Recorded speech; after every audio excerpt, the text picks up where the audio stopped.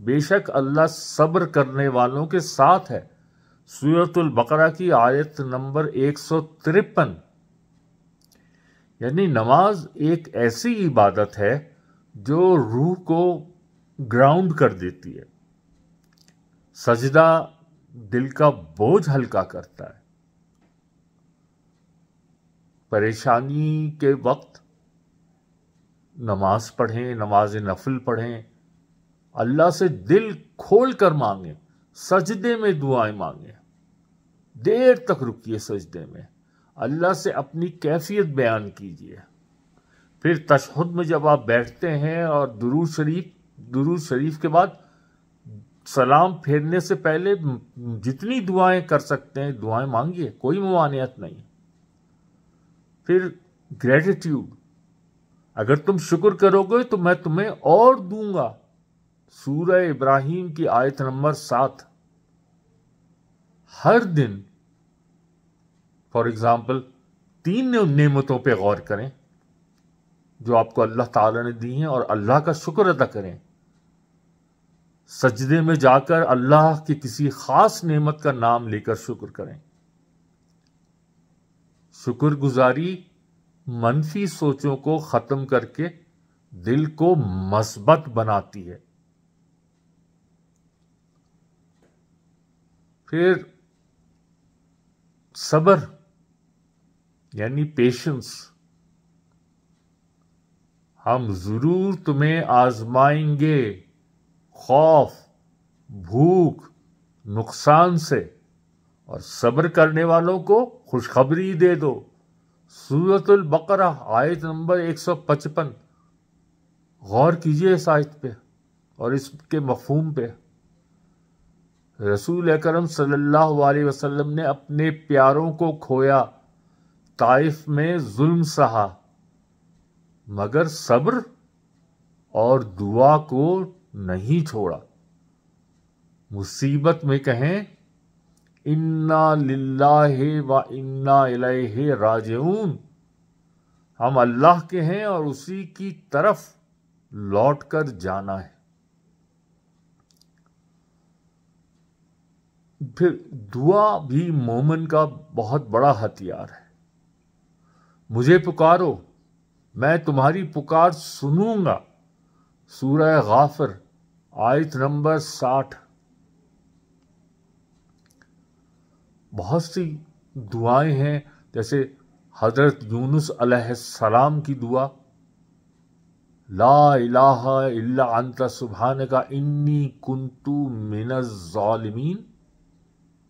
نبی اکرم صلی اللہ علیہ وسلم کی دعائیں برائے غم اور پریشانی، اللہم انی اعوذ بک من الہم والحزن، طویل دعائیں ابو داؤد میں روایت ہوئی ہے۔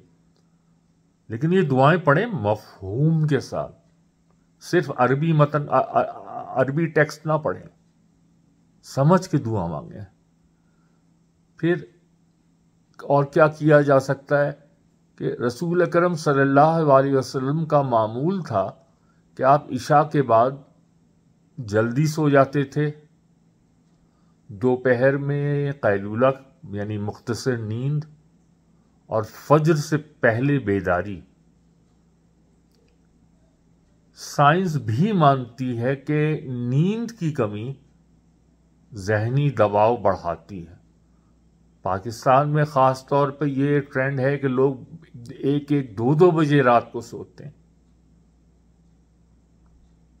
پھر متوازن خوراک، جسمانی حرکت۔ آدمی کوئی ایسا برتن نہیں جو معدے سے زیادہ برا ہو۔ ابن ماجہ۔ سنت یہ کہ 1/3 کھانے کے لیے، 1/3 پانی کے لیے، اور 1/3 سانس کے لیے، معدے میں جگہ۔ پھر پیدل چلنا، جسمانی سرگرمی کو اپنانا۔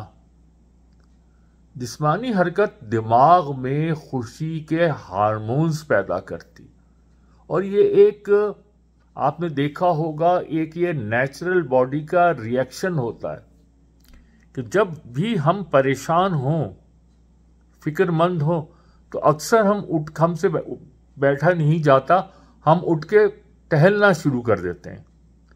اسی طرح جو بڑے بڑے فلسفی تھے، ارسطو اور افلاطون اور بقراط اور سقراط، یہ زیادہ تر سوچنے کا کام چلتے ہوئے ٹہلتے ہوئے کیا کرتے تھے۔ پھر مثبت صحبت اور سماجی تعلق مومن کے لیے، مومن ایک عمارت کی مانند ہے جو ایک دوسرے کو سہارا دیتی ہے۔ بخاری اور مسلم کی حدیث ہے یہ۔ ایسے لوگوں کے ساتھ وقت گزاریں جو اللہ کی یاد دلاتے ہیں۔ منفی یا حسد کرنے والے لوگوں سے فاصلہ رکھیے۔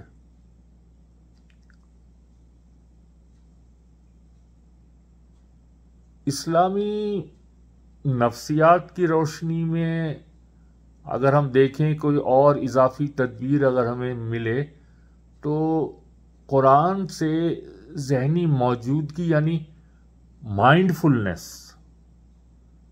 یہ بابرکت کتاب ہے تاکہ لوگ اس کی آیات میں غور و فکر کریں۔ سورہ صاد آیت نمبر 29 غالباً۔ روزانہ ایک آیت لے کر چاہے اس پر غور کریں۔ مثلا بے شک تنگی کے ساتھ آسانی ہے، ساتھ بعد میں نہیں، تنگی کے ساتھ آسانی۔ پھر تقدیر یا قدر پہ یقین، کوئی مصیبت نہیں آتی مگر اللہ کے حکم سے۔ سورہ تغابن آیت نمبر 11۔ یعنی پچھتاوے اور کاش ایسا نہ ہوتا، ان جیسے خیالات سے نجات حاصل کریں۔ پھر صدقے کو دل کا علاج کہا گیا ہے۔ صدقہ گناہوں کو ایسے مٹا دیتا ہے جیسے پانی آگ کو بجھا دیتا۔ ترمذی۔ خاموشی سے کسی مستحق کو کچھ دے دیں، کوئی مدد کر دیں، خاموشی سے کسی پریشان شخص کو مسکرا کر تسلی ہی دے دیں، کیونکہ مسکراہٹ کو بھی صدقہ کہا گیا ہے۔